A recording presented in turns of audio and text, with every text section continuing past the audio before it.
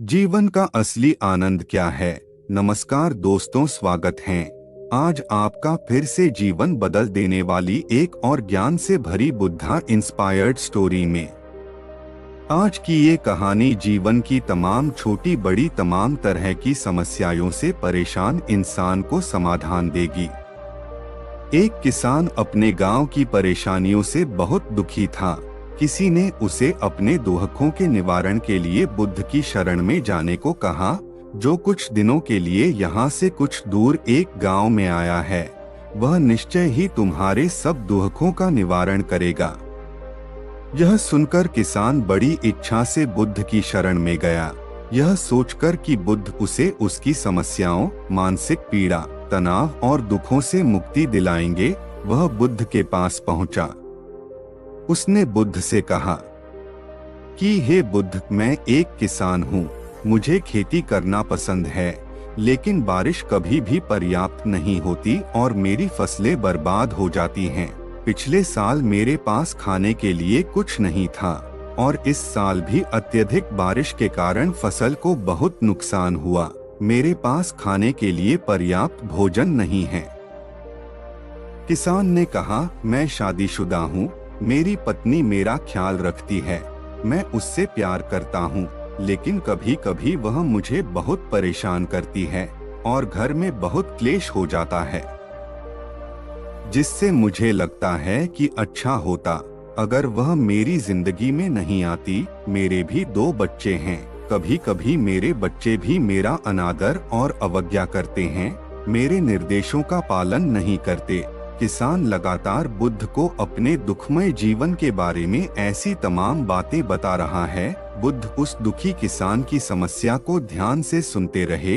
अपनी जिंदगी की सारी परेशानियां बताने के बाद जब उन्हें राहत महसूस हुई तो वह चुप हो गए।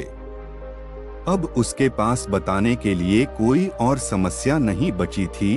अब वह चुपचाप बैठकर बुद्ध की ओर देख रहा था और अपनी समस्या का समाधान पाने के लिए बुद्ध के उत्तर की प्रतीक्षा कर रहा था, लेकिन बुद्ध चुप थे।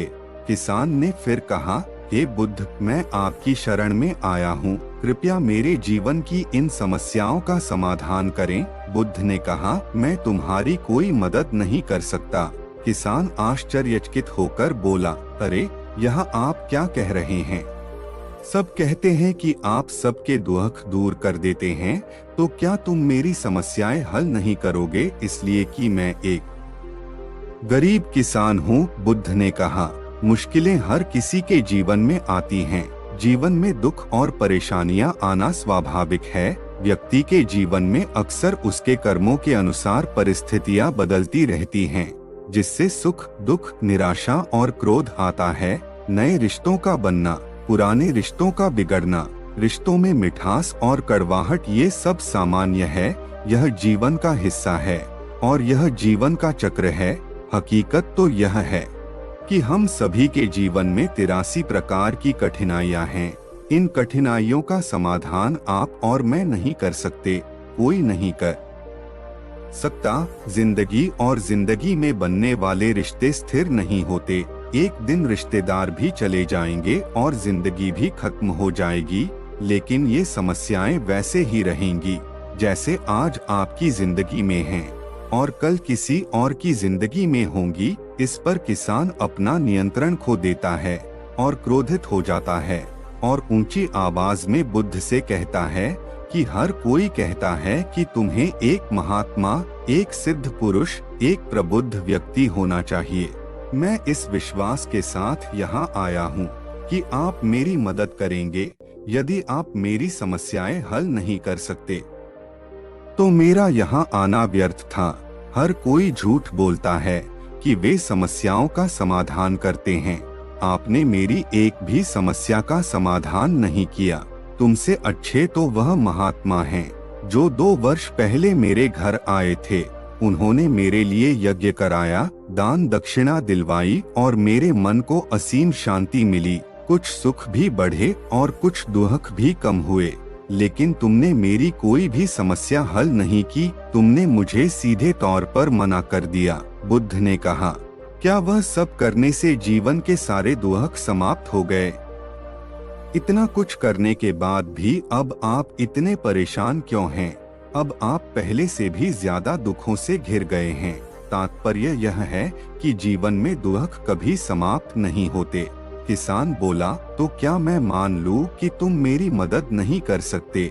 यदि आप ऐसी छोटी छोटी बातों का समाधान नहीं कर सकते तो आपके उपदेशों का क्या लाभ? बुद्ध ने कहा, मैं तुम्हारी 84वीं समस्या का समाधान तो नहीं कर सकता, लेकिन हाँ, मैं तुम्हारी 84वीं समस्या का समाधान अवश्य कर सकता हूँ। किसान आश्चर्यचकित हो गया और बोला, 84वीं समस्या क्या है? बुद्ध ने कहा, यानी कि तुम अपने जीवन में कोई समस्या नहीं चाहते। आपकी सारी समस्याएं इसी समस्या के कारण उत्पन्न हुई हैं। यदि आप इस तथ्य को स्वीकार कर लें कि जीवन में समस्याएं मौजूद हैं और समस्याएं जीवन का हिस्सा हैं, तो आप जीवन की समस्याओं से विचलित नहीं हो पाएंगे। आप जीवन में आने वाली समस्याओं से विचलित हो जाते हैं क्योंकि आपको लगता है कि आप दुनिया के सबसे दुखी व्यक्ति हैं, जबकि सच्चाई यह है कि हर किसी को अपना दुख सबसे ज्यादा महसूस होता है। लेकिन जिस दिन आप यह समझने लगेंगे कि मेरा कष्ट अन्य लोगों की तुलना में बहुत कम है, उस दिन से कोई भी दुख आप पर प्रभाव नहीं डाल पाएगा। जब तक आप नहीं चाहेंगे कि आपके जीवन में कोई परेशानी न आए और आप हर दुख दर्द से बचे रहें, तो यह संभव नहीं है। ऐसे में छोटा सा दर्द भी आपको बेचैन कर देगा और आपकी मानसिक शांति भंग कर देगा। अगर आपके जीवन से परेशानियां पूरी तरह से दूर हो जाएं, अगर आपको हर दिन हर पल बिना दुख और कठिनाइयों के जीवन जीने को मिलेगा, तो आप ज्यादा दिन तक ऐसा नहीं जी पाएंगे। एक समय आएगा जब आप हर दिन एक ही तरह की जिंदगी जीने से पूरी तरह से तंग आ जाएंगे और ऊब जाएंगे, क्योंकि जीवन में किसी भी चीज की अधिकता जीवन के लिए भयानक समस्याएं पैदा करती है। आरामदायक जीवन जीने से आप मन और शरीर दोनों से विकलांग हो जाएं, तो ऐसे जीवन का क्या फायदा जो बाद में आपको नर्क जैसा जीवन जीने पर मजबूर कर दे। जिस तरह खाना खाने का असली आनंद तभी मिलता है जब बहुत भूख लगी हो, और पानी पीने का असली मजा तभी आता है जब बहुत प्यास लगती है। उसी तरह जीवन के तमाम दुखों और परेशानियों को झेलने के बाद ही खुशी का आनंद मिलता है। इसीलिए जीवन में सुख और दुख अलग अलग रूप में आते रहते हैं। हम चाहकर भी जीवन से सुख दुख को खत्म नहीं कर सकते, लेकिन उनसे इतना ऊपर जरूर उठ सकते हैं कि कोई भी बड़ी समस्या मन को विचलित न कर सके। इसके लिए अपने मन को शक्तिशाली बनाएं, धैर्य रखें, प्रतिदिन आध्यात्म का ध्यान करें, ज्ञान बढ़ाओ। यह आपके जीवन की सभी समस्याओं का समाधान है। इसे जीवन की चतुर्मुखी समस्या का समाधान कहा जाता है। महात्मा बुद्ध का यह अद्भुत ज्ञान पाकर किसान संतुष्ट हो गया और उसका मन बिल्कुल हल्का हो गया। मन में जो समस्याएं परेशान कर रही थीं, उनके प्रति जिज्ञासा शांत हो गई। किसान ने अपनी आंखें बंद कर लीं और आनंद का अनुभव करने लगा। किसान को समझ आ गया कि वह अब तक क्या गलती कर रहा था और वह बुद्ध के चरणों में गिर गया। तो दोस्तों, मुझे उम्मीद है कि महात्मा बुद्ध की इस कहानी बुद्ध प्रेरणादायक के माध्यम से आपके जीवन की कई समस्याएं समाप्त हो गई होंगी या कुछ समस्याओं का समाधान मिल गया होगा।